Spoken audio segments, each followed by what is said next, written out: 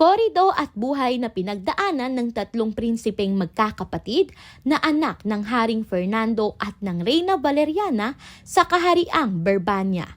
Aralin 8 sa Bundok Tabor. Saknong 197 hanggang 231.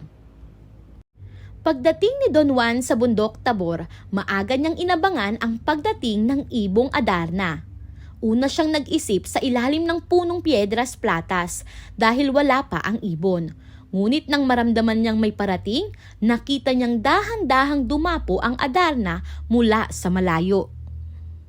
Tahimik na pinagmasdan ni Don Juan ang ibon habang nagpapalit ito ng damit na tila kumikislap na perlas.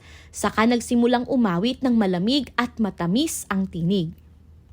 Habang kumakanta ang ibon, mabilis niyang sinunod ang bilin ng ermitanyo. Di siya pumikit, hiniwa ang sarili at pinatakan ng dayap ang sugat. Tiniis ang kirot upang hindi makatulog. Pagkatapos ng 7 awit, nakita niyang magbabawas ang ibon, kaya agad niyang iniwasan ang dumi.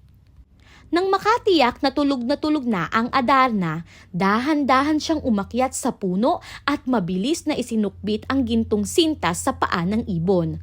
Sa tuwa ay halos maiyak siya, ngunit pinigil niya ito at agad dinala ang ibon sa ermitanyo. Sa tulong ng tubig na iniutos ng ermitanyo, nabuhay muli sina Don Pedro at Don Diego at nagyakapan silang tatlo sa kagalakan. Nagdiwang sila kasama ng ermitanyo na nagpakain kay Don Juan. Pagkatapos nito, binigyan sila ng basbas at pinaalalahan ng magbalik agad sa Berbania dahil naghihintay ang amang hari.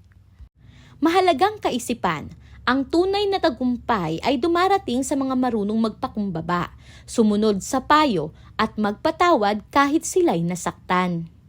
Number 1. Bakit nagmamadaling tinungo ni Don Juan ang Bundok Tabor?